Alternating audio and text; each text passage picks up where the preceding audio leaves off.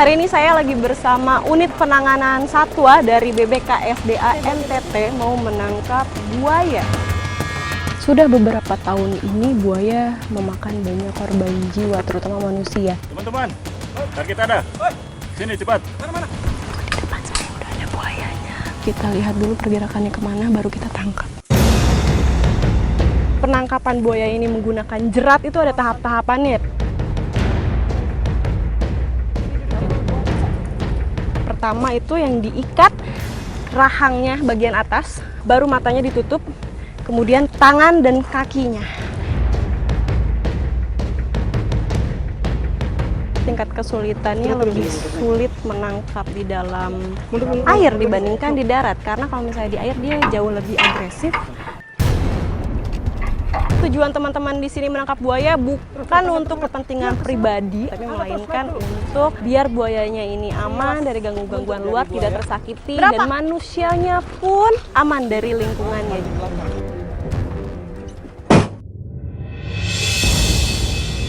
Salah satu strategi untuk menangkap sapi, kalau misalnya lagi di padang-padang seperti ini, kita harus menggunakan kuda. Bagian buntut ditarik supaya dia lemah, terus dia bisa diikat. Biasanya kalau di pasar kan yang dijual sembako, kalau enggak makanan. Tapi kalau di sini sapi. Pak, murah Pak, sapi Pak. Pak, mau beli Pak, sapi Pak. Sapi Pak. Pak, mau beli sapi. Bapak mau beli sapi Pak, pilih Pak. Pak, sapi Pak, beli Pak, sapi. Satu lagi kuliner khas Nusantara yang tidak kalah saing dengan makanan-makanan di luar, membuat saya kagum banget. Ikuti jejak saya, jejak petualang.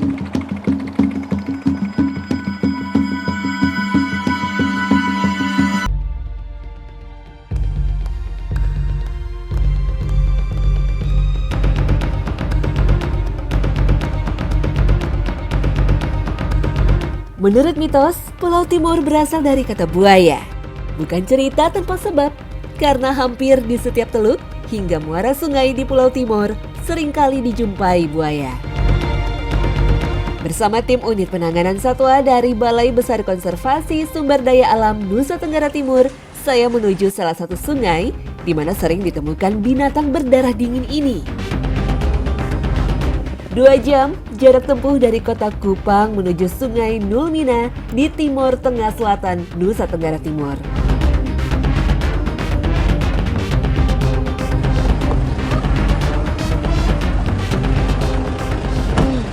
Hari ini saya lagi bersama unit penanganan satwa dari BBKSDA NTT mau menangkap buaya. Kenapa?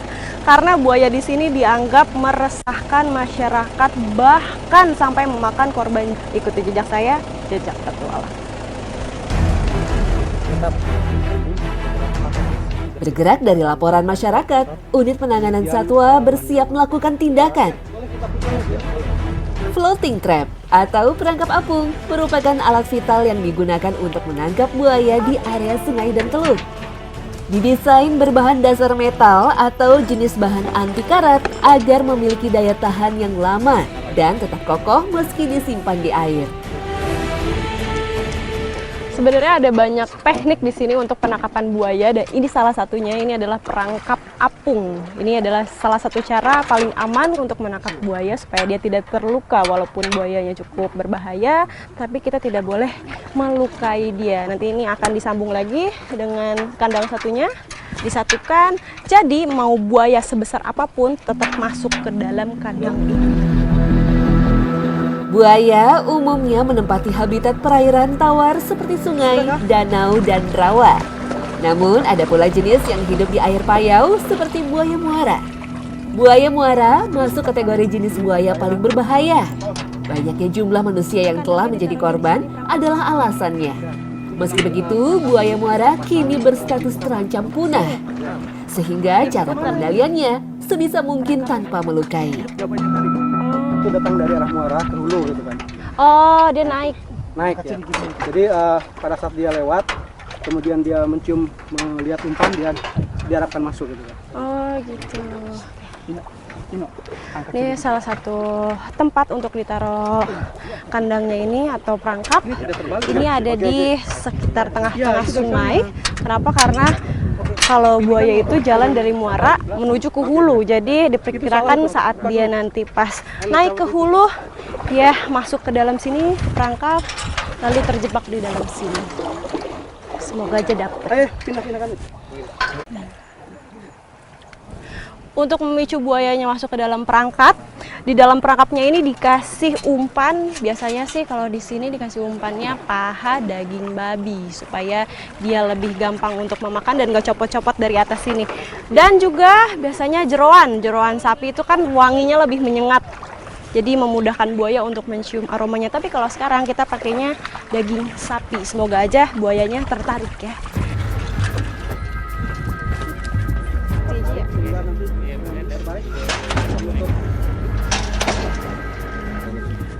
Untuk menangkap buaya dengan teknik perangkap biasanya ini harus didiemin dulu. Tapi kita sekarang mau menuju ke satu lokasi yang memang dilaporkan sama masyarakat di sana bahwa buayanya suka naik ke daratan. Makanya sekarang kita mau nyisirin dulu di areal sekitar sini nih, menyusuri sungai. Semoga aja ketemu. Sudah Pak? Sudah. Oke. Ayo.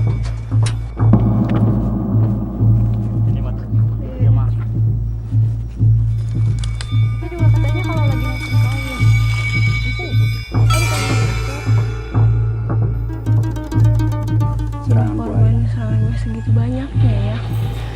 Jadi kalau menurut Bapak, informasinya sudah beberapa tahun ini buaya memakan banyak korban jiwa, terutama manusia. Di sekitar Nusa Tenggara Timur sudah 40 orang, di Pulau Timurnya itu sendiri ada 32, dan kalau di sekitar sini ada 7 orang. Jadi memang sudah lumayan banyak memakan korban jiwa ya Pak ya.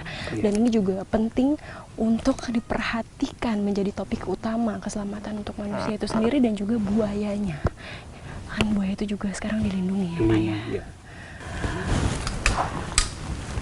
Di depan saya udah ada buayanya tuh. Gede banget. Cuma dia agak, kalau di darat dia bergeraknya agak lamban kalau kata Bapak. Jadi lebih amanin dari jarak-jarak seperti ini, dari jarak jauh kita lihat dulu pergerakannya kemana, baru kita tangkap. Teman-teman, target ada. Sini cepat. Mana?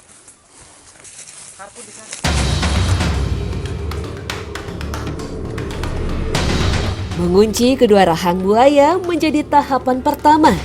Digunakan tali jenis karmantel statik yang kuat agar mampu mengimbangi kekuatan mulut buaya. Dibutuhkan beberapa orang untuk menahan tubuh reptil amfibi ini agar gerakannya terbatas dan kakinya dapat diikat.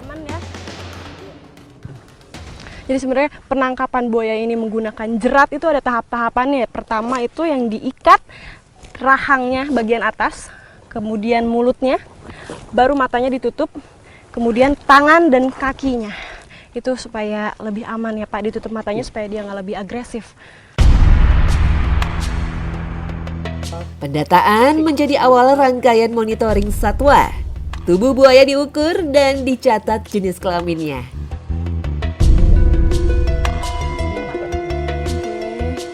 Ya, jantan ya. Jantan ya ini. Setelah buaya tertangkap udah diukur panjangnya sekitar 3 meter 7 cm dan jenis kelaminnya ini jantan. Kalau buaya jenis kelaminnya nggak bisa dilihat dari luar. Kita harus masukin jari ke dalam sini supaya kalau tahu kalau ini jantan itu seperti ada benjolan, tapi kalau betina itu nggak ada ya. Karena buaya ini bersifat teritorial, nah ada kemungkinan jantan ini memasuki teritori buaya lain. Kemudian buaya dominan yang memiliki teritori itu mengusir dia. Nah mungkin karena dia ketakutan lari ke darat sini. Banyak faktor mengapa buaya menyerang manusia. Buaya bersifat oportunis sehingga sering mencoba semua jenis mangsa. Secara alamiah, buaya mencari mangsa yang lebih besar. Buaya muara juga bersifat teritorial. Mereka akan mempertahankan wilayahnya dari apapun yang mengancam, termasuk manusia. Nah ini buayanya udah kita dapetin satu, lalu akan dibawa ke tempat penampungan sementara supaya dia aman, tidak terluka.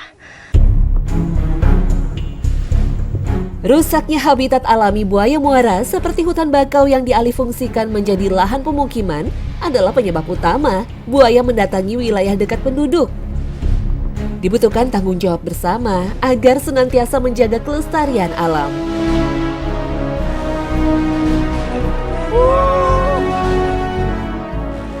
Dia masuk dari sana ke sini, dia udah nggak bisa keluar lagi tuh ya. Iya. Sistem dari perangkap buaya ini sama seperti perangkap tikus. Jadi ketika buayanya makan umpannya, dia akan menarik, pintu depannya akan tertutup dan dia nggak akan bisa keluar lagi. Akhirnya dapat, ternyata bener ya informasi masyarakat di sini. Tingkat kesulitannya lebih sulit menangkap di dalam air dibandingkan di darat. Karena kalau misalnya di air dia jauh lebih agresif dan juga lebih banyak bergerak.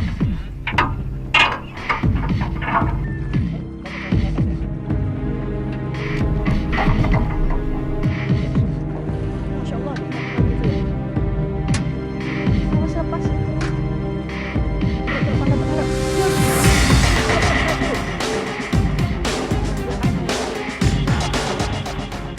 Tadi setelah udah diukur panjangnya sekitar 2,5 meter dan jenis kelaminnya laki-laki. Sebenarnya sama jenis kelaminnya, tapi ini dia lebih pendek dan juga lebih kecil dibandingkan sama yang di darat.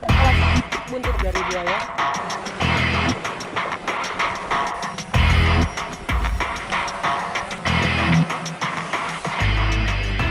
Ya sudah tertangkap buayanya. Ternyata sebenarnya buaya ini ditangkap bukan untuk kepentingan pribadi atau memisahkan dari habitatnya, melainkan ini untuk kepentingan manusia sendiri, biar manusianya pun tidak tersakiti oleh binatang dan buayanya sendiri pun tidak disakiti sama orang-orang lain, dipindahkan ke konservasi ke tempat yang lebih aman tentunya.